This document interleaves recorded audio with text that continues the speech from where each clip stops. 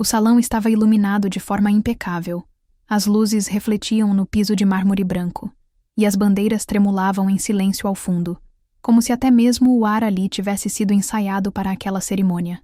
Havia generais, coronéis, oficiais de todas as forças, políticos e civis convidados. Era um daqueles eventos solenes em que a hierarquia se misturava à reverência, e cada detalhe carregava o peso da história de um país. Eu estava sentada na terceira fileira, uniforme impecável, as condecorações alinhadas, o corpo ereto como sempre aprendi a sustentar, não apenas pela postura militar, mas porque minha vida inteira tinha sido um exercício de não me curvar, mesmo quando a voz mais cruel que conheci vinha de dentro da minha própria casa. Minha mãe estava ali também, não por orgulho, não porque quisesse me ver reconhecida. Ela estava porque fora convidada por outros, e porque sua curiosidade era sempre maior que qualquer vestígio de afeto.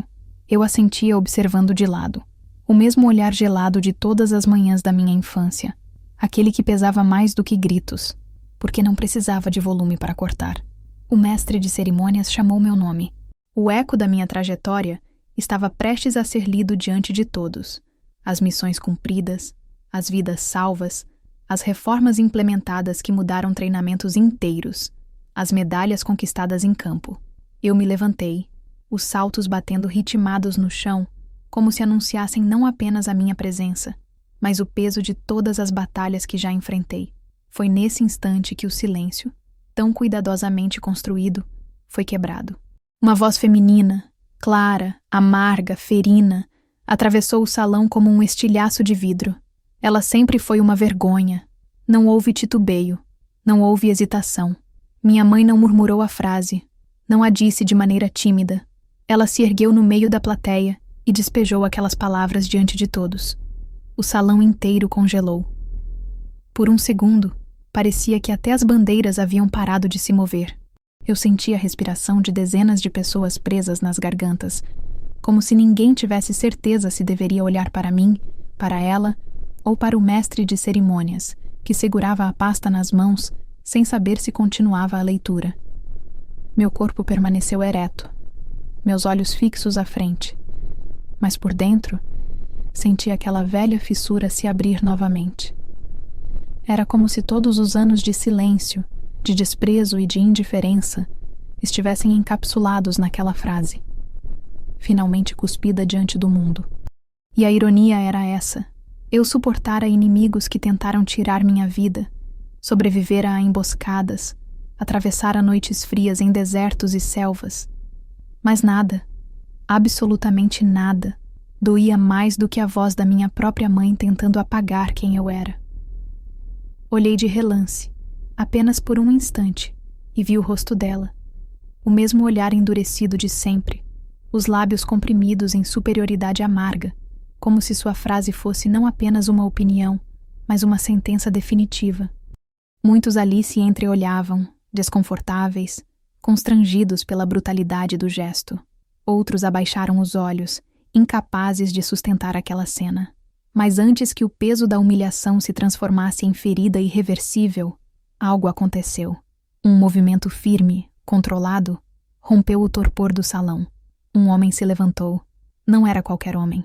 Era o general mais respeitado daquela casa, veterano de campanhas que muitos só conheciam pelos livros de história. O uniforme dele trazia mais décadas de serviço do que a maioria dos presentes poderia sonhar em carregar. Ele se ergueu lentamente, como se cada centímetro de sua postura fosse uma sentença contra a injustiça que acabara de ser lançada. Sua voz, quando saiu, não precisou gritar. Ela atravessou o ar com a autoridade de quem não fala apenas por si, mas em nome de todos que reconhecem a verdade. Ela foi herói de guerra. O silêncio se partiu em fragmentos de espanto e respeito. Ninguém ousou mover-se. Ninguém ousou falar. O impacto daquelas palavras se espalhou como ondas de choque. Era mais que uma defesa.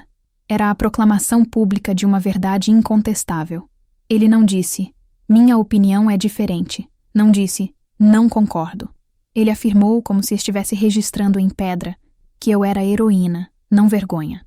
Naquele instante, percebi que o peso da minha trajetória não seria definido pela voz materna que sempre tentou me apagar, mas pela verdade que ecoava na boca daqueles que realmente sabiam o que eu havia feito. Meu coração não disparou. Ao contrário, ele encontrou um ritmo calmo, estável, como se cada batida fosse a confirmação de que eu não estava mais sozinha naquela luta. Durante anos, a minha mãe tentou me reduzir, me fazer acreditar que meu lugar era abaixo, escondido, silenciado. Mas diante de todos, diante de cada farda, cada medalha, cada olhar que presenciava aquele confronto, o que se ergueu não foi a minha vergonha, foi a minha história, e foi reconhecida pelo mais alto símbolo de comando ali presente. Eu inspirei profundamente. Meus ombros permaneceram firmes e caminhei até o palco. Atrás de mim, senti o movimento quase imperceptível de alguns militares se levantando em respeito. Não era programado, não era exigido pelo protocolo, era espontâneo. Eles se erguiam não apenas pelo uniforme que eu vestia, mas pela verdade que finalmente havia sido dita. Quando cheguei ao púlpito, não olhei para minha mãe. Eu não precisava. A frase dela ainda ecoava, mas não tinha mais a mesma força. Fora anulada, esmagada, transformada em ruído diante do peso de outra voz, a voz da verdade. Enquanto o mestre de cerimônias retomava a fala, ainda trêmulo pelo que acontecera, eu sabia que aquele momento seria lembrado não pelo insulto que tentei suportar, mas pela resposta que não precisei dar. Porque quando a verdade está viva, ela não precisa ser gritada. Ela se ergue sozinha. E naquele salão, diante de todos, a verdade tinha se levantado na forma de um general, quebrando para sempre a narrativa de uma mãe que nunca soube ver a filha que tinha diante de si. Enquanto o mestre de cerimônias retomava sua fala e os olhares do salão ainda pairavam sobre mim, a frase da minha mãe continuava a ressoar em algum ponto da memória, como se tivesse o poder de abrir uma ferida que não era nova, mas antiga, profunda, quase fossilizada. Ela sempre foi uma vergonha. Eu já havia escutado aquelas palavras de formas diferentes, em tons diferentes, com contextos distintos, ao longo de toda a minha vida. Na verdade, talvez fosse justo dizer que aquela frase era a trilha sonora silenciosa da minha infância. Não começou no salão, não começou na cerimônia de homenagem. Começou muito antes, ainda quando eu mal alcançava a mesa da cozinha, tentando chamar atenção com desenhos tortos ou medalhas escolares de segunda categoria. Nada nunca era suficiente. Minha mãe era uma mulher de olhar severo, a boca sempre afiada, como se cada palavra tivesse sido preparada para cortar ao invés de acolher. Eu cresci num lar onde o afeto era uma moeda que nunca me foi concedida. Se eu tirava uma nota boa na escola, ela dizia que era sorte. Se eu treinava corrida e voltava para casa ofegante, ela dizia que eu parecia um menino mal educado. Se eu sonhava em me inscrever em um programa esportivo, ela lembrava em tom ríspido que eu não tinha corpo, nem disciplina, nem postura para nada daquilo. Era como se ela tivesse prazer em me apontar constantemente as limitações, como se minha existência fosse apenas uma coleção de falhas esperando para serem expostas. Eu lembro com nitidez de uma tarde em que ganhei um prêmio pequeno em um concurso local de redação. Eu estava orgulhosa, segurava o certificado como se fosse um troféu olímpico. Mostrei para ela, esperando ao menos um sorriso. O que recebi foi um olhar de desdém e a frase que me acompanharia por anos. Você só escreve porque não sabe fazer mais nada. Isso não enche barriga. É perda de tempo. Guardei aquele papel numa caixa embaixo da cama e nunca mais escrevi nada que não fosse para cumprir obrigação escolar. Cada palavra dela tinha o peso de uma sentença. Na adolescência, quando comecei a falar do meu desejo de seguir carreira militar, a reação foi ainda mais cruel. Eu tinha 14 anos quando, diante da TV ligada em um jogo de futebol, mencionei que achava impressionante ver mulheres começando a entrar em academias militares pelo país. Minha mãe riu com escárnio, um riso seco, quase um pigarro de ironia, e disse: Você não aguenta nem carregar um balde de água. O que vai fazer num quartel? Virar piada dos homens? Eu não respondi. Nunca respondi.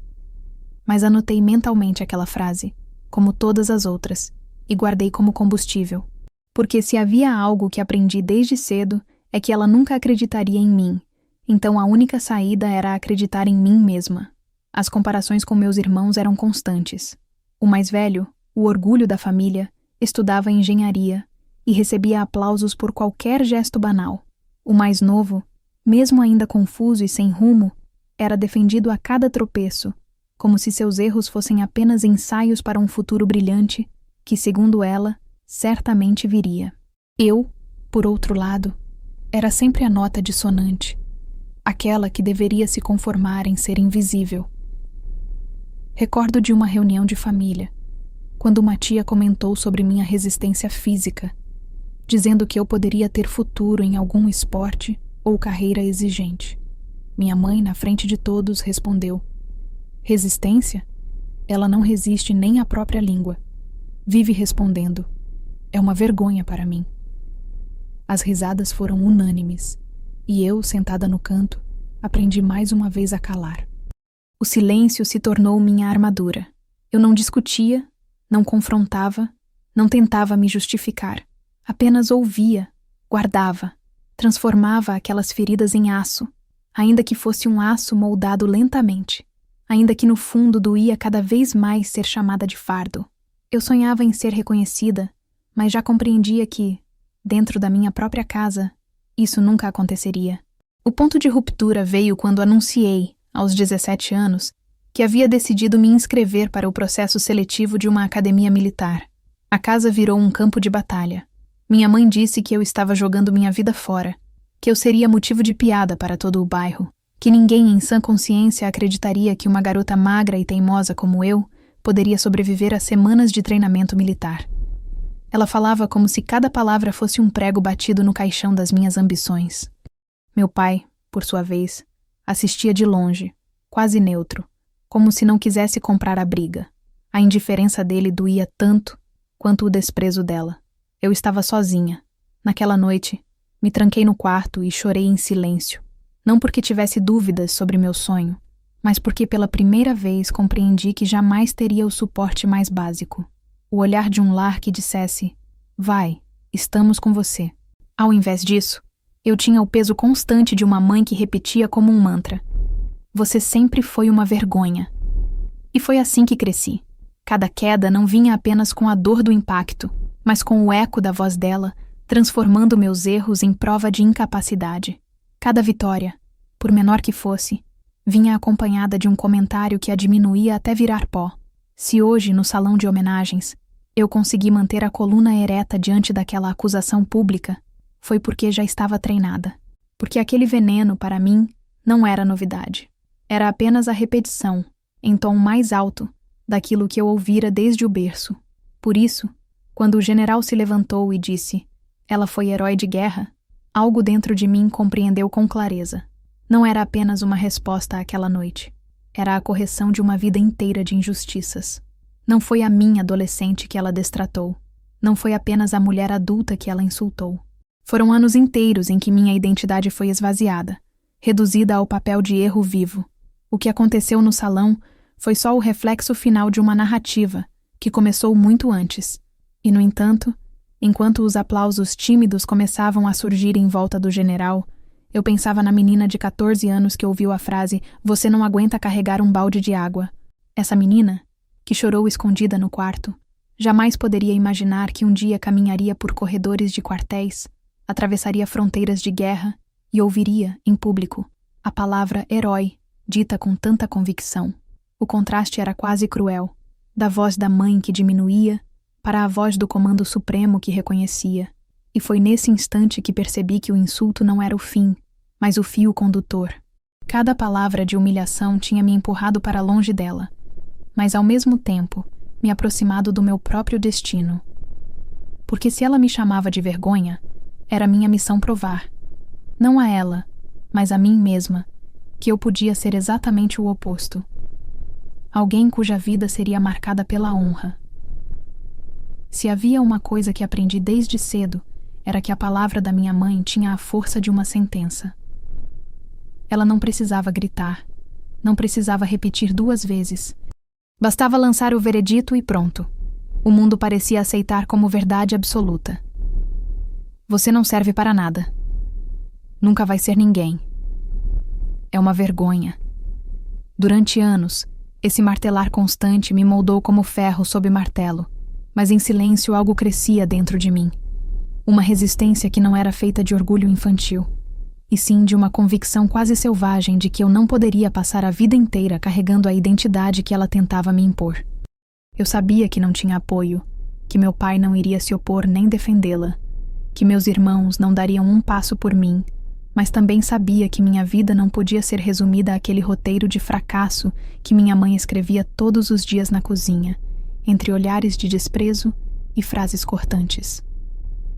Eu tinha 17 anos quando compreendi de forma definitiva que a única forma de sobreviver seria quebrando o destino que ela tentava me impor.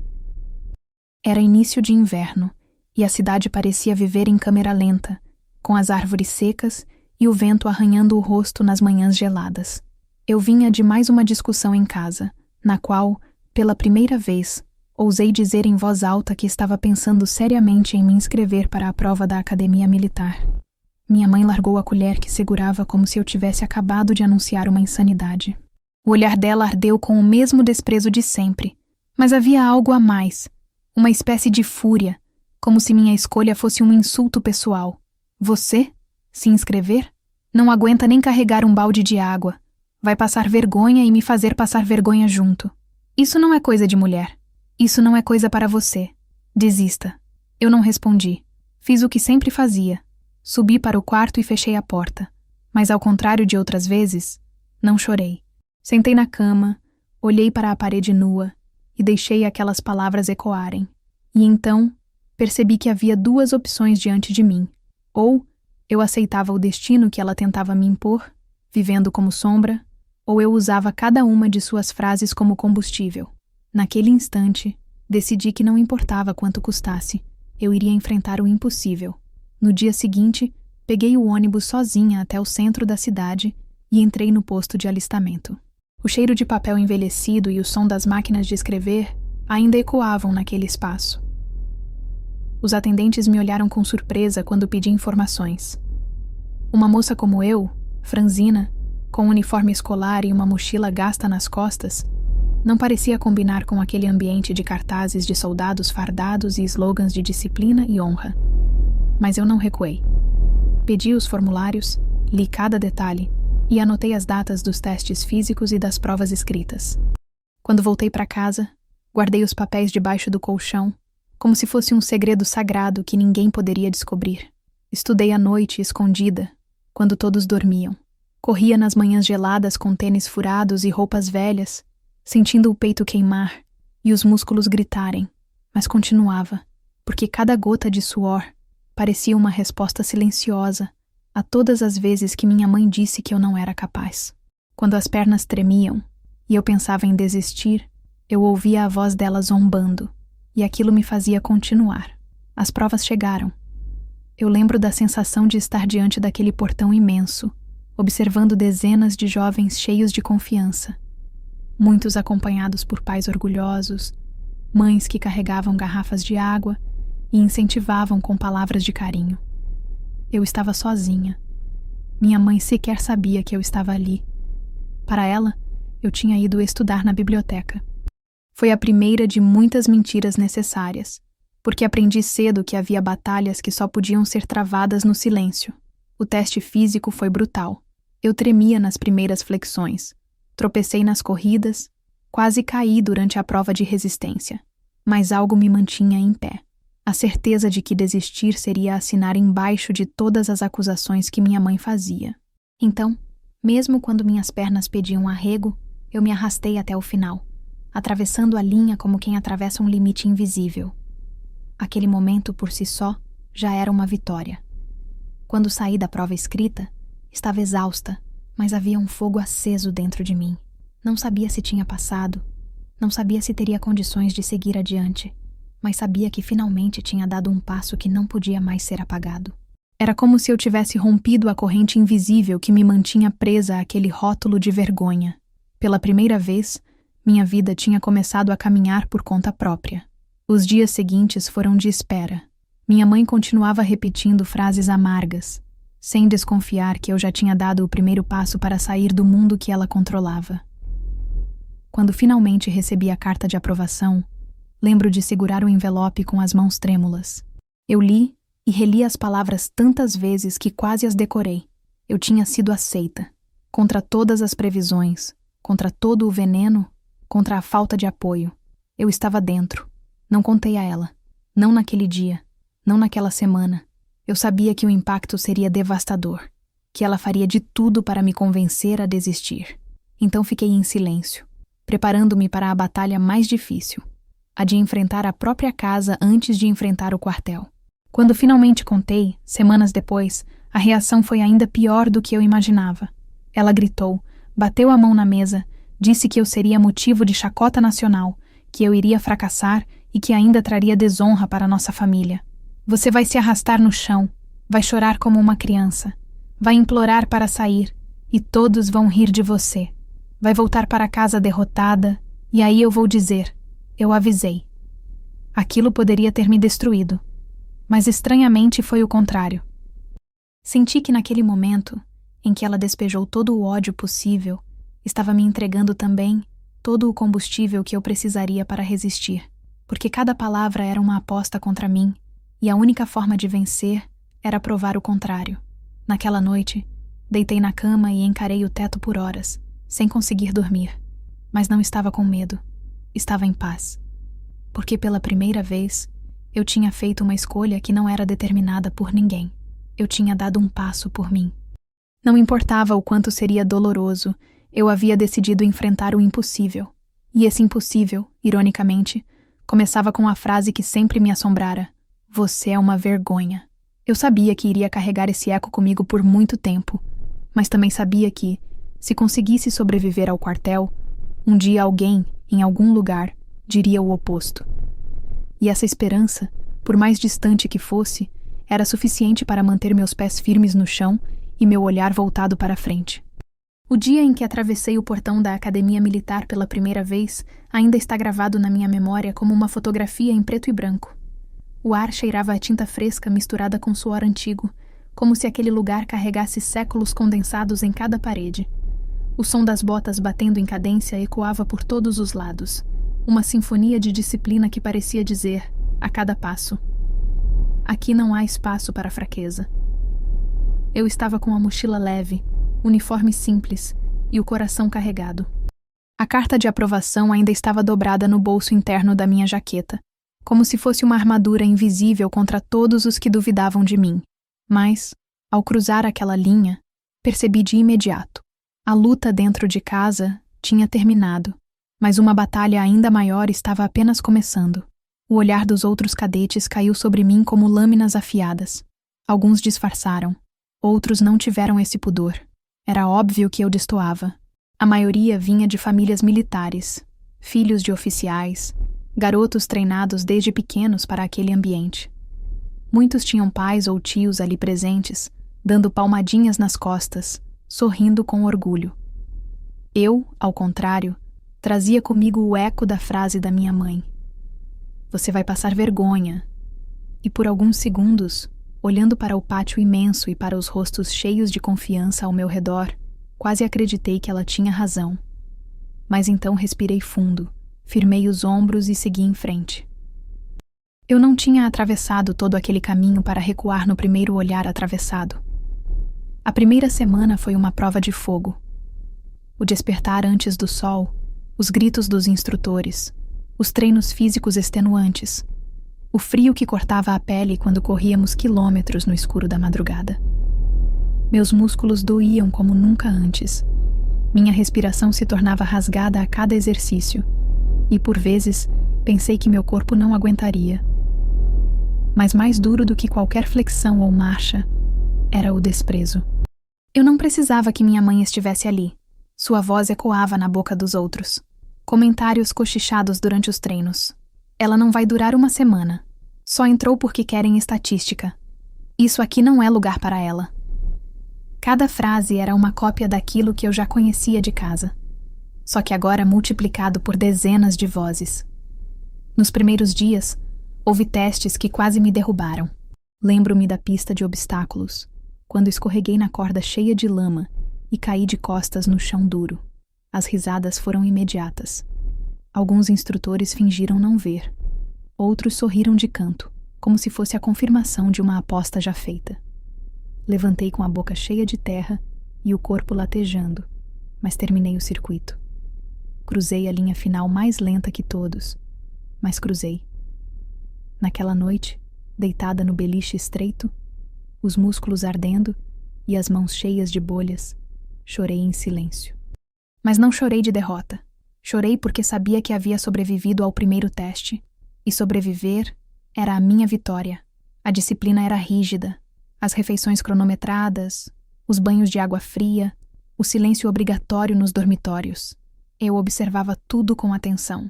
Onde os outros reclamavam, eu aprendia. Onde os outros riam, eu anotava mentalmente. Cada detalhe era uma lição. Cada humilhação era combustível. O desprezo não me destruía mais. Ele me alimentava. Quando um colega murmurava vergonha ao passar por mim, eu respondia com mais 10 flexões além do necessário. Quando um instrutor dizia que eu era lenta, eu corria mais até minhas pernas não responderem. Eu não queria apenas cumprir. Eu queria provar para mim mesma que era possível. Houve um momento marcante naquela primeira fase que jamais esqueci. Durante um treino de resistência, após horas sob o sol escaldante, um dos cadetes desmaiou no campo. Todos pararam, alguns recuaram, mas eu fui a primeira a chegar até ele. Arrastei-o até a sombra, improvisei apoio para a cabeça e gritei por ajuda. Quando o médico chegou, eu já tinha feito o básico para estabilizá-lo. O instrutor me olhou com surpresa, mas não disse nada. Porém, naquela noite, enquanto caminhávamos de volta ao alojamento, um dos cadetes sussurrou: "Foi sorte." Eu não respondi, mas por dentro, sorri, porque sabia que não era sorte. Era instinto, era disciplina, era a coragem que ninguém esperava de mim. Mesmo assim, a solidão era brutal.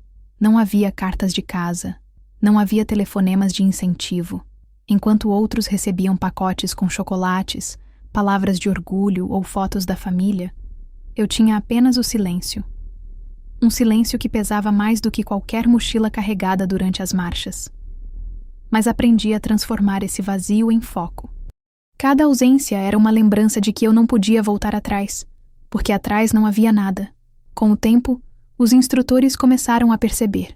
Não falavam, não elogiavam, mas os olhares mudavam. Onde antes havia descrédito, surgiu uma centelha de respeito silencioso. Eu ainda era alvo de comentários, ainda era vista como exceção incômoda, mas já não podiam negar. Eu não desistia. E naquele lugar, a persistência era a moeda mais valiosa. Foi nessa fase que compreendi uma verdade fundamental. A vergonha não nasce no olhar dos outros. Nasce quando aceitamos esse olhar como definitivo. E eu não aceitava mais. Se minha mãe tinha me moldado pelo desprezo, o quartel agora me ensinava a transformar esse desprezo em aço. Cada dor, cada riso nas minhas costas, cada silêncio pesado eram apenas parte do fardo que eu carregaria para provar que, sim, eu podia resistir. Naquela primeira temporada no quartel, eu não fui a melhor, não fui a mais rápida, não fui a mais forte, mas fui a que não desistiu. E ao final daquelas semanas, quando vi meu nome na lista dos aprovados para a fase seguinte, senti um arrepio percorrer meu corpo inteiro. Não era a vitória final, mas era a prova de que eu podia continuar. E dentro de mim, uma voz mais forte começou a se formar, abafando pela primeira vez o eco da frase da minha mãe. Ela ainda dizia que eu era uma vergonha. Os colegas ainda riam, alguns instrutores ainda duvidavam, mas ali, entre o suor, a lama e os hematomas, eu já sabia. O impossível estava sendo vencido, passo a passo, dor após dor. E aquilo era só o começo. Nenhum manual, nenhuma instrução, nenhum treinamento realmente prepara alguém para o som agudo de uma bala passando a centímetros do seu ouvido. Até aquele instante, tudo o que eu havia vivido no quartel parecia um ensaio cruel, mas ainda seguro, um mundo delimitado por regras, apitos e cronômetros. Porém, no campo de batalha, não havia cronômetros. O relógio era a respiração acelerada, o coração martelando como tambor, a poeira levantada por explosões e a sensação real de que cada segundo poderia ser o último. Eu tinha pouco mais de 20 anos quando fui designada para a primeira missão real fora do país. Era uma operação de reconhecimento em uma região marcada por conflitos internos, território hostil, onde cada esquina escondia armadilhas improvisadas e cada janela poderia abrigar um atirador silencioso. A viagem até lá foi silenciosa. Todos nós dentro do veículo blindado, rostos sérios, olhos voltados para dentro de si mesmos, como quem conversa com seus próprios medos em silêncio. Eu apertava o fuzil com as mãos suadas, sentindo o peso frio do metal, como se fosse a única coisa sólida no meio do caos que se aproximava. No briefing, haviam dito que era uma operação de rotina. Avaliar rotas, verificar a movimentação inimiga, garantir a segurança de um comboio que viria depois. Mas nada em guerra é rotina. Sabíamos disso. Quando desembarcamos, o sol castigava alto, o ar seco cortava os pulmões e cada passo na terra batida parecia ecoar alto demais. Eu mantinha a formação, mas meu corpo inteiro estava em alerta. Não era mais a cadete que suportava risadas e comentários. Era a soldado que precisava provar, de uma vez por todas, que não era apenas resistência física, mas coragem viva diante do perigo. O primeiro disparo veio do nada. Um estalo seco, seguido de um silvo cortante. Todos nos jogamos no chão por instinto, a poeira subindo como véu. As ordens começaram a ecoar, rápidas, firmes, e o treinamento assumiu o controle do corpo. Eu mirei para a direção do disparo, vi o clarão no reflexo de uma janela quebrada e atirei de volta. O som do fuzil reverberou no meu peito como trovão. O tempo pareceu se esticar, e em segundos, a rotina virou caos. Um dos nossos caiu, o grito abafado no rádio. A formação se quebrou e fomos empurrados para trás de uma fileira de contêineres enferrujados, que agora eram nossa única proteção contra uma chuva de tiros. Foi ali que o impossível se apresentou. Um dos soldados ao meu lado, um garoto recém-chegado, rosto ainda marcado pela juventude, levou um disparo na perna e caiu. O sangue jorrou rápido demais, vermelho intenso manchando a poeira. Ele gritava, mas o som se perdia no estalar incessante dos tiros. Eu olhei ao redor. Ninguém podia sair da cobertura sem ser alvejado. E naquele instante, uma escolha apareceu diante de mim. Esperar e ver o garoto morrer, ou quebrar o medo e correr contra o impossível. As palavras da minha mãe voltaram à mente como um trovão. Você não aguenta carregar um balde de água. Eu respirei fundo. Segurei o fuzil contra o peito. E sem pensar duas vezes corri. Cada disparo parecia buscar minha silhueta. O ar ao meu redor vibrava. Estilhaços voavam. A terra explodia em crateras pequenas sob meus pés. Mas alcancei o garoto. Agarrei-o pelos ombros e comecei a arrastá-lo de volta. Ele chorava, implorava. Dizia que não iria sobreviver. Eu gritei com uma voz que não reconheci como minha. Você vai sim, porque eu estou te levando daqui. Os metros pareceram quilômetros. Meu uniforme se encharcou de sangue. Minhas mãos tremiam, mas continuei. Quando chegamos atrás da cobertura, caí de joelhos, ofegante, mas não perdi tempo. Amarro a faixa improvisada em sua coxa. Pressionei a artéria com a força de quem não aceitava perder. Gritei por evacuação, passei as coordenadas, mantive a pressão até minhas mãos ficarem dormentes. O helicóptero levou mais do que deveria para chegar. Cada segundo foi uma eternidade, mas quando finalmente vimos o sinal no céu, eu sabia que o garoto ainda respirava. Quando os médicos assumiram, eu desabei contra a parede de metal. Não chorei, não tremi. Apenas deixei o corpo descansar por um instante. E foi nesse silêncio que percebi os olhares. Os homens ao meu redor, antes descrentes, agora me observavam de outra forma. Não houve aplauso, não houve palavras grandiosas. Mas o olhar deles dizia o que ninguém nunca havia dito antes. Eu não era uma vergonha. Eu era parte deles. Eu era uma soldado. Naquela noite de volta à base, o cansaço era tanto que mal consegui tirar o colete. Mas alguém me deixou uma caneca de café na mesa. Nenhum bilhete, nenhum gesto explícito. Apenas o café, forte e quente. Um sinal silencioso de respeito. Eu sorri sozinha. Não precisava de discursos. Aquela pequena ação valia mais do que qualquer medalha. Dias depois, durante a cerimônia de condecoração, me entregaram uma medalha pelo ato de bravura. As câmeras registraram, os superiores discursaram. Mas o que ficou marcado não foi a medalha no peito, e sim o apelido que os colegas me deram a partir dali.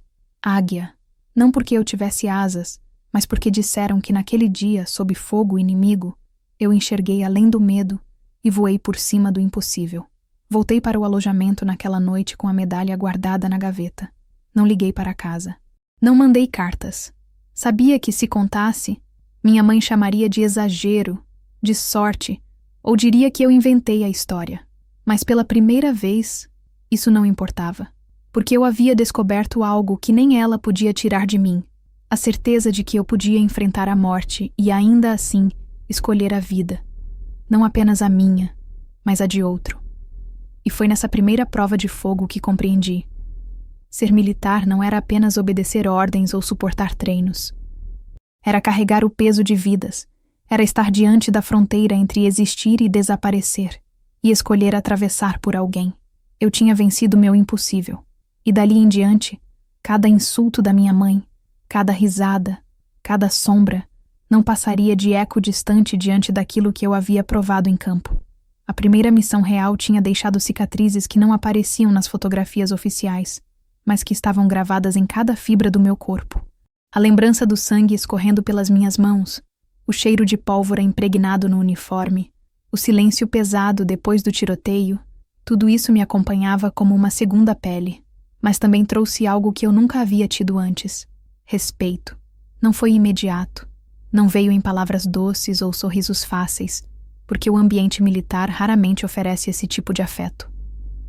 Veio em gestos silenciosos, olhares diferentes, uma cadeira puxada ao meu lado sem que eu precisasse pedir. Veio na forma de confiança, a moeda mais rara e valiosa dentro de um batalhão. E foi a partir dali que a minha carreira começou a se transformar. Já não era apenas a jovem cadete que suportava humilhações. Agora, eu era alguém que havia provado em campo que não se dobrava ao impossível. E quando se conquista esse tipo de reconhecimento, as portas começam a se abrir. Não todas, não facilmente, mas de maneira lenta e quase imperceptível. A diferença é que eu aprendi a atravessar cada fresta como se fosse uma avenida. Com o tempo, fui chamada para missões mais complexas, para assumir responsabilidades que antes seriam negadas a alguém como eu. Não porque haviam esquecido quem eu era, a mulher franzina que muitos julgavam inadequada para o uniforme, mas porque agora não podiam mais negar o que eu havia feito. Os feitos criam uma espécie de escudo contra o preconceito. Ainda havia quem murmurasse, ainda havia quem torcesse para que eu fracassasse, mas as ações pesavam mais do que as palavras. Foi nesse período que descobri uma nova forma de servir, não apenas resistindo às adversidades, mas criando condições para que outros também pudessem resistir. Durante os treinamentos, percebia falhas no sistema, protocolos ultrapassados que mais feriam do que preparavam, métodos que exaustavam os cadetes até a exaustão física e emocional, deixando-os vulneráveis em vez de fortalecidos. Eu sabia o preço de cada falha. Tinha visto o rosto dos que desmaiavam no campo. Tinha segurado mãos que tremiam não apenas de esforço físico, mas de desespero psicológico. Eu não queria apenas sobreviver, queria transformar aquele ambiente. Comecei devagar, silenciosamente. Ajustei exercícios, criei rotinas de resistência progressiva, introduzi momentos de pausa estratégica que não significavam fraqueza, mas preparo inteligente. Sugeri protocolos de acompanhamento psicológico disfarçados de reuniões informais, para que ninguém sentisse vergonha de pedir ajuda. Não esperava reconhecimento, e muitas vezes não recebi. Pelo contrário, alguns superiores me criticaram por amolecer os treinos. Mas os resultados falaram mais alto do que qualquer acusação. Menos lesões, menos desistências, cadetes mais preparados quando chegavam ao campo real. Foi ali que aprendi uma lição que nenhum manual ensinava. Liderança não é apenas mandar marchar, é enxergar quem marcha ao seu lado. E, muitas vezes, é proteger essas pessoas de um sistema que esquece que atrás de cada uniforme há carne, osso e mente. Eu não queria ser lembrada apenas como a soldado que correu sob fogo para salvar alguém. Eu queria ser a oficial que preparava gerações para sobreviverem não apenas à guerra, mas a si mesmos. As condecorações começaram a vir, uma a uma. Não eram o que me movia, mas eram inevitáveis. Medalhas, diplomas, menções em cerimônias. Cada vez que meu nome era chamado, Eu lembrava da frase da minha mãe ecoando na sala de jantar anos atrás. Você é uma vergonha. E, ironicamente, cada medalha era como um tijolo que construía o muro entre aquela sentença e a realidade que eu criava com as minhas próprias mãos. Eu nunca respondia às cartas dela, quando havia cartas, porque na maioria das vezes havia apenas silêncio. E quando notícias minhas chegavam até ela por terceiros, retornavam sempre em forma de comentários frios. Ela só teve sorte. Tudo isso não passa de fachada. Eu aprendi a não esperar nada além disso. Mas mesmo sem o reconhecimento dela, havia algo maior crescendo dentro de mim. A cada promoção, a cada missão bem-sucedida, a cada cadete que conseguia concluir o treinamento, porque eu havia ajustado um protocolo, eu sentia que estava deixando uma marca. E essa marca não era feita para aparecer em jornais ou nas paredes de quartéis, mas nos olhos daqueles que conseguiam seguir em frente porque eu tinha acreditado que poderiam. Houve um episódio que selou essa percepção. Durante uma formatura de novos recrutas, um dos cadetes que havia quase desistido no início do curso se aproximou de mim. Ele não falou muito.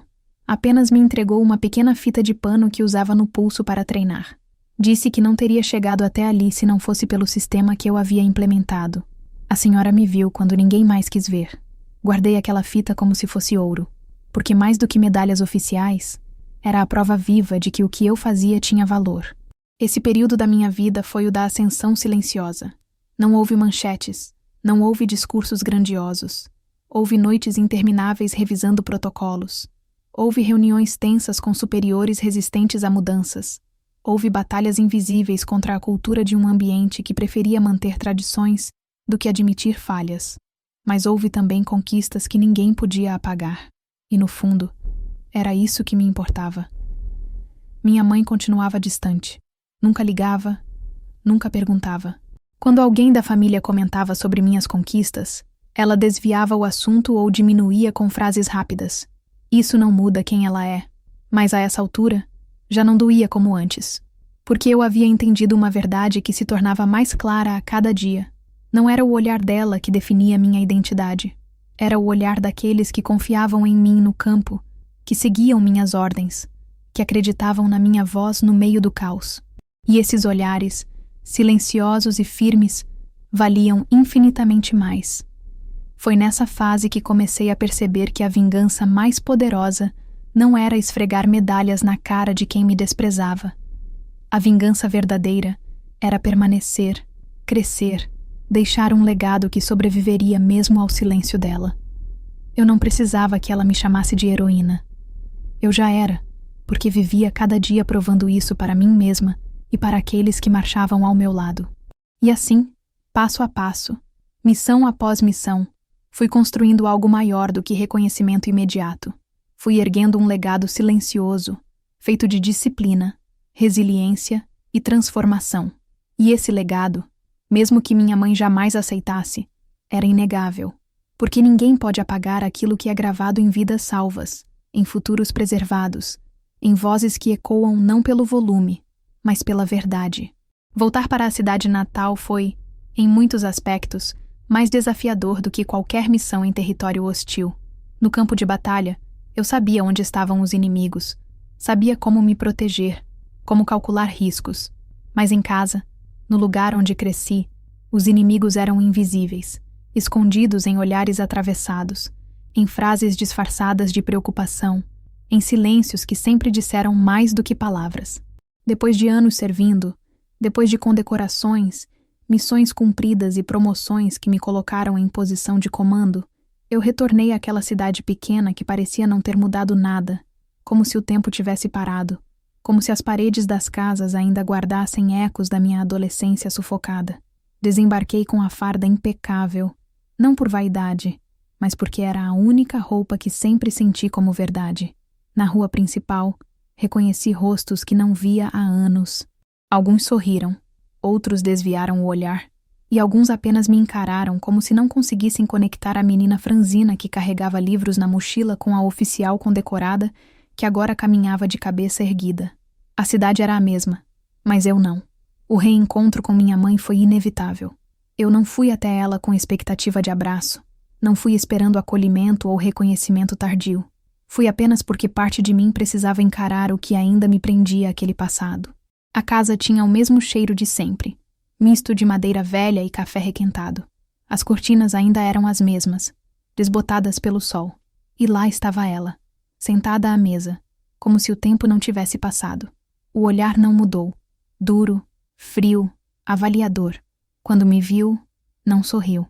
Seus olhos desceram lentamente pela farda, repousaram sobre as medalhas no meu peito e voltaram ao meu rosto com o mesmo desprezo de sempre. A primeira frase que saiu de sua boca foi uma lâmina. Você acha que esse monte de metal compensa a vergonha que trouxe para mim todos esses anos? Eu permaneci em silêncio. Não porque não tivesse resposta, mas porque aprendi que o silêncio às vezes é mais forte que qualquer palavra. Mas por dentro, senti aquela velha fisgada no peito. Era incrível como ela ainda tinha o poder de me ferir, mesmo depois de tudo. Eu sobrevivi a emboscadas, suportei explosões, arrastei companheiros feridos para a evacuação, e ainda assim, diante dela, era como se tivesse voltado a ser a adolescente de 17 anos, ouvindo que não aguentaria carregar um balde de água. Conversei pouco naquela noite. Perguntei sobre a saúde dela, sobre a casa, sobre meus irmãos. As respostas vieram curtas, quase monossilábicas, como se cada palavra fosse uma concessão. Quando mencionei minha última missão, ela suspirou alto e disse: Eu não entendo por que você insiste nessa vida. Poderia ter sido professora, advogada, qualquer coisa que não fosse essa palhaçada de farda, mas preferiu ser teimosa. Ela nunca mudaria. E eu já não esperava que mudasse. Mas o peso ainda estava lá. O vazio ainda estava lá. Dormi naquela casa como se estivesse em território inimigo. Cada barulho, cada sombra me deixava alerta. O silêncio dela nos corredores parecia tão sufocante quanto o de uma emboscada no deserto. Nos dias seguintes, reencontrei outras pessoas da cidade. Professores, colegas de escola, conhecidos antigos. Alguns me olhavam com admiração genuína, outros com surpresa, outros ainda com a mesma incredulidade que sempre acompanharam meu caminho. Lembro-me de uma antiga vizinha que me disse: Nunca pensei que você fosse tão longe. Sua mãe sempre falava que você era a ovelha negra da família. Eu sorri de canto, sem responder, mas por dentro senti o soco da constatação. Ela não havia apenas me desprezado em casa, havia espalhado sua versão para o mundo. E era isso que mais doía. Não bastava ela me negar, era como se precisasse convencer os outros de que eu não valia nada. Talvez fosse a forma dela de tentar justificar sua frieza, como se me diminuir fosse uma defesa contra algo que ela mesma não sabia nomear. Eu não tinha como mudar isso, mas podia mudar como reagia. Foi durante essa estadia que recebi o convite para o evento de homenagem nacional. Um salão lotado, autoridades, oficiais, veteranos. Eu seria uma das condecoradas por serviços prestados, pelas reformas silenciosas que implementara, pela liderança que havia salvado vidas. Quando contei à minha mãe, ela riu. E o que você vai ganhar com isso? Aplausos de estranhos? Isso não paga contas. Isso não muda o fato de que você sempre foi um peso para mim. Eu respirei fundo. Absorvi aquelas palavras como tantas outras ao longo da vida. Mas algo dentro de mim havia mudado. Porque dessa vez, eu sabia que não estaria sozinha. Dessa vez, não seria apenas eu e ela, frente a frente. Dessa vez, haveria testemunhas. Haveria pessoas que viram com os próprios olhos aquilo que ela se recusava a enxergar. Na noite anterior ao evento, fiquei acordada em silêncio no quarto antigo da casa. O mesmo quarto, onde anos antes, chorei escondida depois de ouvir que não aguentaria carregar um balde de água. As paredes ainda tinham as marcas, as sombras dos móveis que já não estavam mais lá. Eu olhei para o teto e pensei na longa estrada que me trouxera até ali. Do silêncio sufocante daquela casa, para o estrondo dos campos de batalha, para o respeito conquistado passo a passo.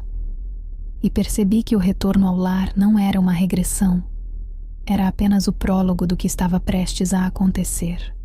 No fundo, eu já sabia. O desprezo dela nunca mudaria. Mas naquele evento, diante de todos, a verdade viria à tona, e não seria dita por mim, mas pelos que realmente sabiam quem eu era. Eu não precisava gritar, não precisava provar nada a ela. Bastava estar presente. Bastava continuar de pé.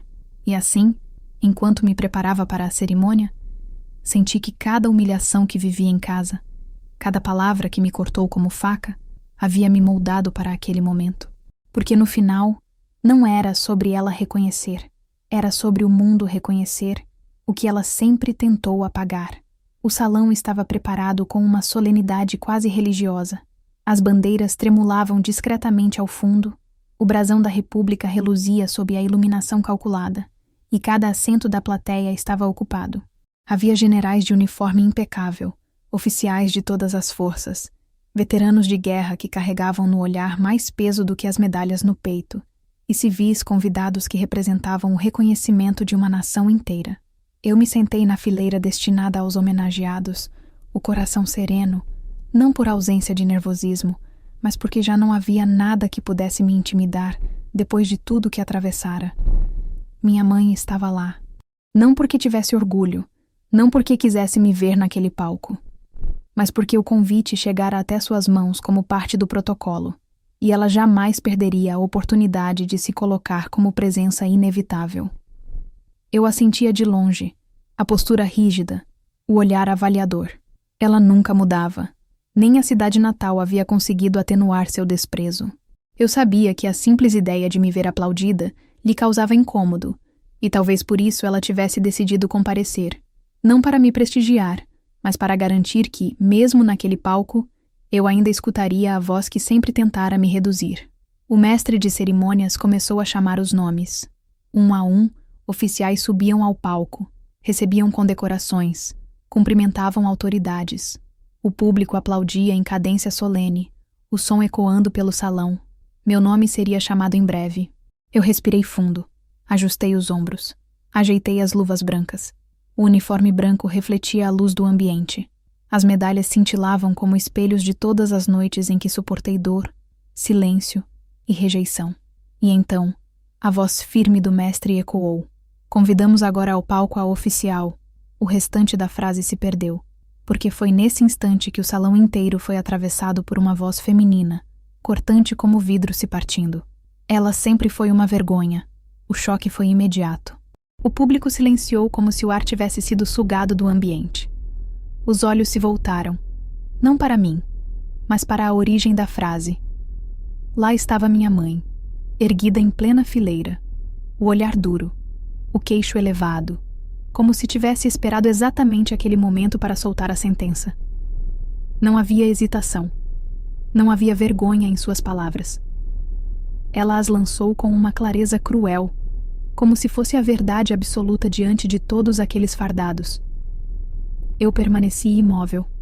Por dentro, uma onda de lembranças me atingiu como avalanche. As madrugadas correndo sozinha, as risadas dos colegas no quartel, o sangue escorrendo pelas minhas mãos na primeira missão, as cartas nunca respondidas, as comparações injustas com meus irmãos. Todas as feridas antigas se abriram de uma vez. Mas ao contrário do que ela esperava, eu não me curvei. Minha coluna permaneceu ereta, meus olhos firmes à frente. Eu já conhecia aquele veneno. Não era novidade. Era apenas a repetição, em tom mais alto, daquilo que ouvi a vida inteira. O mestre de cerimônias gaguejou, sem saber como prosseguir. A plateia estava em choque. Alguns civis cochichavam em constrangimento. Outros oficiais abaixaram os olhos, como se não quisessem se envolver. Eu podia sentir o peso daquela acusação pairando sobre o salão, quase como uma sentença definitiva, se não fosse pelo que aconteceu em seguida. Um movimento chamou a atenção, lento, firme, carregado de autoridade. Um homem se levantou. Não era qualquer homem. Era o general mais respeitado entre os presentes, veterano de décadas, uma lenda viva para todos naquela sala. Sua farda carregava a história de guerras que a maioria dos presentes só conhecia pelos livros. Seu rosto, marcado por rugas profundas, era o retrato de quem havia visto de perto a morte e a honra lado a lado. Quando ele se ergueu, o silêncio ganhou outra dimensão. Ele não olhou para minha mãe. Não precisava. Seus olhos vieram direto até mim.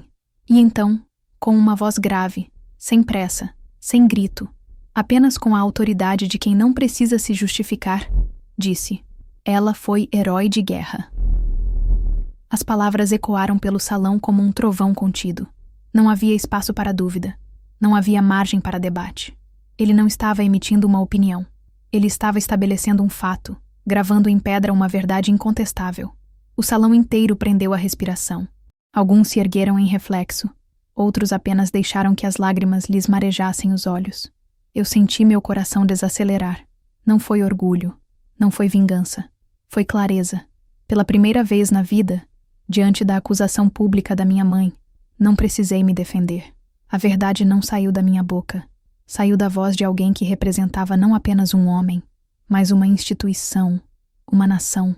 Ele disse o que eu jamais conseguiria arrancar dela. Ele quebrou o feitiço de uma vida inteira em uma única frase. Minha mãe se sentou lentamente, o olhar rígido vacilando por um instante. Talvez pela primeira vez, ela percebeu que suas palavras não tinham mais o mesmo peso. O salão não lhe pertencia. O olhar dos presentes não a apoiava. O que se erguia naquele momento não era o eco do desprezo dela, mas a força da verdade que ninguém mais podia negar. Quando subi ao palco, as palmas começaram. Primeiro tímidas, depois firmes, até que todo o salão estava em pé. Não era um protocolo automático. Era respeito. Era reconhecimento. Eu caminhei até o púlpito com passos firmes, cada batida do salto contra o piso ecoando como um martelo selando um destino. Olhei para a frente, recebi a medalha, apertei a mão das autoridades e, quando virei de lado, vi o general ainda de pé. Ele não sorriu. Não precisava. Seu gesto bastava.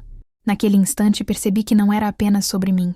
Era sobre todas as vezes em que alguém foi chamado de vergonha, quando na verdade carregava dentro de si a força de um herói. Era sobre todas as filhas que ouviram que não eram capazes, todos os soldados que foram subestimados, todos os que viveram sob o peso de silêncios e desprezos. O que aconteceu naquele salão não foi apenas minha redenção. Foi a prova de que algumas verdades não podem ser sufocadas, não importa o quanto tentem. E pela primeira vez, compreendi que minha mãe não era mais minha juíza. Ela havia perdido o poder de definir quem eu era. Aquele tribunal simbólico havia decidido, e o veredito estava estampado não apenas nas palavras do general, mas nos olhos de todos que estavam de pé. Eu não era a vergonha que ela insistia em repetir. Eu era, de fato, heroína de guerra. Quando as palavras do general cortaram o salão como lâmina, ela foi herói de guerra. Eu percebi, de maneira quase física, que algo tinha mudado. Não era apenas a quebra do silêncio. Não era apenas a defesa pública que eu jamais ousara esperar. Era como se um peso de décadas tivesse sido retirado de sobre mim em um único gesto.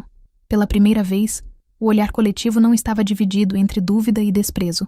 Ele estava unificado. As palmas que começaram tímidas se transformaram em uma onda, crescendo de fileira em fileira, até que o salão inteiro estava em pé, vibrando em uma reverência que não seguia protocolo, seguia sentimento. Cada batida das mãos era mais do que um aplauso. Era uma resposta à acusação de minha mãe, uma resposta que ela jamais poderia silenciar. Eu olhei para ela rapidamente, não para buscar confirmação, mas para observar o efeito. Ela estava rígida, as mãos trêmulas em cima do colo, o olhar perdido. Pela primeira vez, vi um lampejo de hesitação em seu rosto.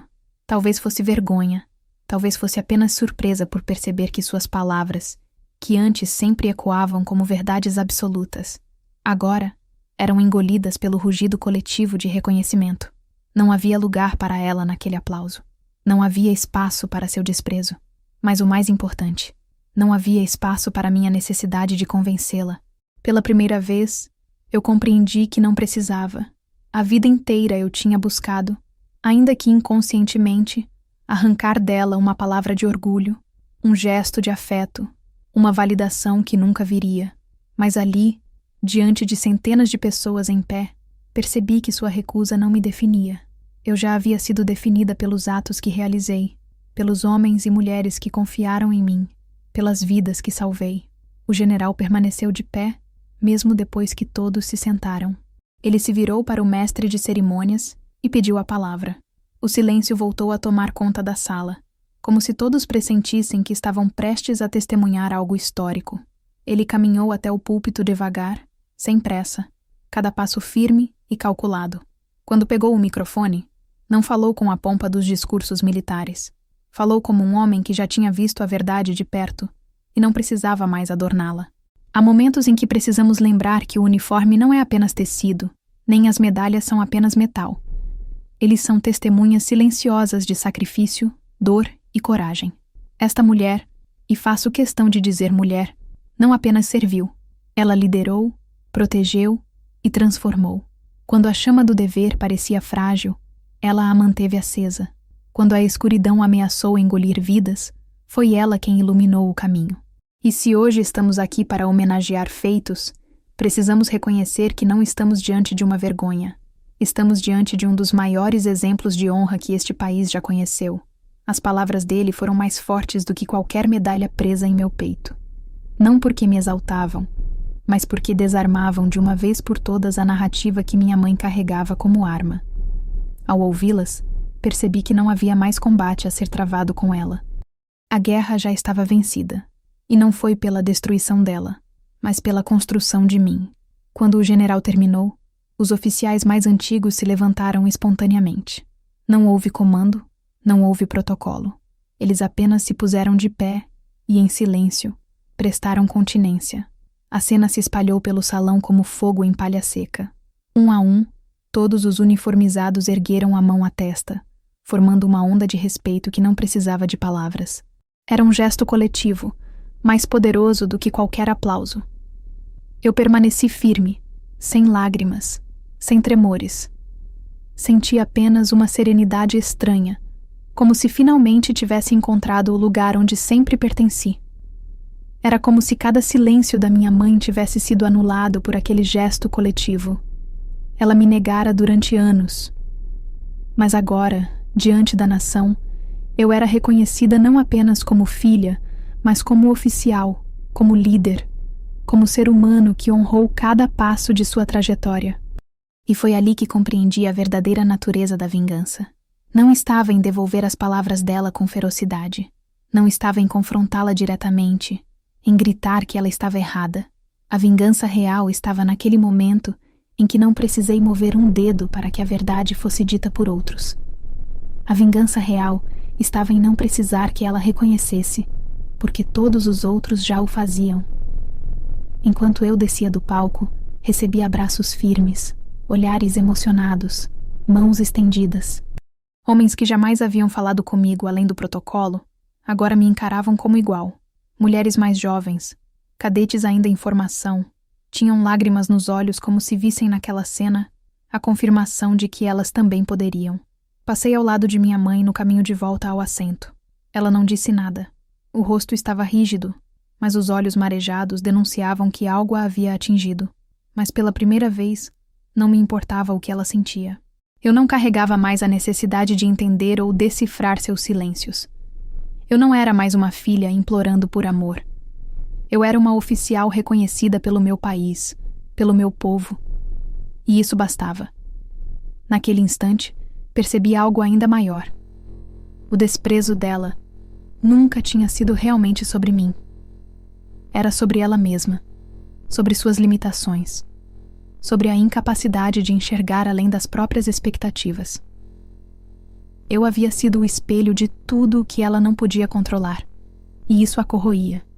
Mas agora, diante de todos, esse espelho a expôs, e pela primeira vez, o fardo deixou de ser meu.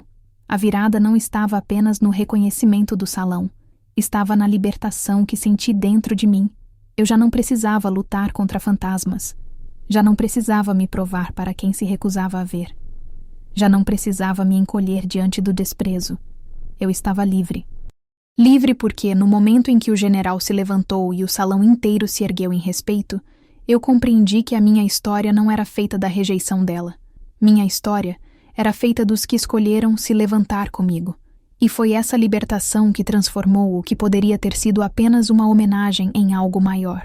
Aquele não foi o dia em que recebi uma medalha. Foi o dia em que a corrente invisível que me prendia desde a infância finalmente se rompeu. O dia em que a vergonha imposta se converteu em orgulho coletivo.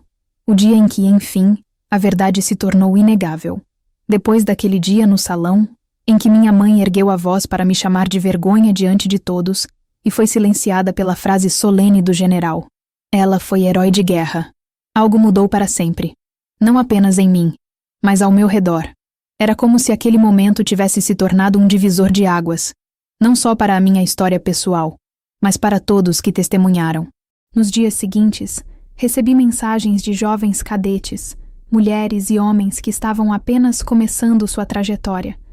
Muitos escreviam: "Quando vi todos de pé, percebi que também posso chegar lá." Outros confessavam: "Eu também cresci sendo chamado de vergonha. Obrigado por mostrar que não somos definidos por isso." Essas palavras me tocaram mais do que qualquer medalha, porque mostravam que meu caminho tortuoso não tinha sido em vão. A humilhação transformada em reconhecimento público não era apenas uma vitória minha, era uma semente plantada em cada um que presenciou. O general, com sua frase firme, havia feito algo maior do que me defender. Ele havia consagrado, diante de todos, um novo parâmetro. A honra não depende da boca que tenta apagá-la. A honra se firma nos atos, nas escolhas, no peso que carregamos sem soltar. E a partir daquele dia, percebi que tinha uma responsabilidade maior. Não bastava viver minha vitória. Eu precisava transformá-la em legado. Comecei a ser chamada para palestras, seminários, encontros em academias militares. No início, achei que queriam apenas ouvir sobre minhas conquistas, mas logo percebi que a busca era outra. Queriam entender como se sobrevive ao desprezo, como se mantém a coluna ereta quando até a própria família tenta quebrá-la. Queriam saber como transformar dor em disciplina, silêncio em estratégia, humilhação em motor. E eu falei. Falei de noites solitárias, das cartas sem resposta, das feridas não físicas. Não escondi as lágrimas que vieram em momentos de solidão, porque entendi que não era a invencibilidade que inspirava, mas a capacidade de permanecer de pé, apesar das quedas. Contei como a minha mãe me chamou de vergonha em público, e como aquele dia deixou de ser uma ferida para se tornar o marco do meu renascimento. A cada vez que repetia a história, via nos olhos dos ouvintes o mesmo brilho, o reconhecimento de que todos carregam feridas invisíveis e que resistir a elas também é heroísmo. Foi então que nasceu a ideia do projeto. Um programa de liderança e resiliência que não se baseava apenas em técnica, mas em humanidade. Batizei-o de O Padrão do Saluto, em referência àquele momento em que centenas se levantaram em minha defesa, e também ao gesto final do general. O programa começou pequeno, aplicado em algumas turmas de cadetes. Depois se espalhou para bases maiores, e em poucos anos estava presente em várias academias militares do país. Mas o impacto não ficou restrito aos militares. Escolas civis começaram a pedir adaptações do programa para jovens em formação. Empresas quiseram compreender como aplicar os princípios em suas lideranças. E assim, percebi que aquilo que nasceu de um insulto poderia se transformar em um padrão de vida. Resistir, permanecer de pé, liderar pelo exemplo e não pelo grito. Minha mãe, ela continuou vivendo em silêncio. Nunca mais repetiu a palavra vergonha na minha frente. Talvez porque tivesse sido anulada em público. Talvez porque tivesse percebido que já não havia mais espaço para isso. Houve cartas depois, algumas pedindo perdão, outras apenas contando trivialidades do cotidiano. Eu li todas. Não respondi todas. Aprendi que o perdão não é pressa, é processo, e que não preciso carregar rancor para estar em paz. Apenas deixei que ela fosse com suas limitações, sem permitir que me definisse de novo. 1 ano depois daquele evento, fui chamada novamente a um palco, dessa vez para receber o Prêmio de Excelência em Comando Ético. Estava lá meu marido, como sempre, firme, silencioso, sustentando o meu mundo. Estava lá o general, que novamente fez questão de se levantar, mesmo sem falar nada. E, na última fileira, discretamente, estava minha mãe. Não se levantou, não aplaudiu de pé, mas também não disse nada. E naquele silêncio, percebi algo novo. Já não importava. A ausência de reconhecimento dela já não me feria. Eu estava inteira, e esse era o maior legado. Não apenas provar que eu era capaz, mas provar para mim mesma que eu não dependia mais de nenhuma validação que não fosse a da minha consciência e dos meus atos. Hoje, quando olho para trás, vejo a menina que ouviu a frase cortante: "Você nunca será nada, nunca vai aguentar o peso de um uniforme." E vejo a mulher que atravessou o salão sob aplausos e continências. A distância entre essas duas versões de mim não foi apenas medida em anos, mas em cicatrizes, batalhas, escolhas e cada passo valeu. Meu legado não é apenas militar, não é apenas político, é humano. É lembrar a cada pessoa que já foi chamada de vergonha que dentro desse insulto existe a possibilidade de se tornar força. É ensinar que sangue pode falhar, mas que o respeito se conquista com atos. É mostrar que, às vezes, a vingança mais poderosa não é esmagar o outro, mas construir algo que ele jamais acreditou que você conseguiria. E é por isso que digo: não sou apenas filha da rejeição. Sou filha da resistência. Não sou apenas fruto de silêncio. Sou fruto do som ensurdecedor de centenas de homens e mulheres se levantando para dizer: ela foi herói de guerra. Esse é o meu legado. Não viver pela ferida, mas transformar a ferida em caminho. Não carregar o peso da vergonha, mas transformá-la em estandarte de honra. Porque no fim, não importa quem tentou me calar. O que importa é que no momento certo, o mundo inteiro se levantou para me ouvir.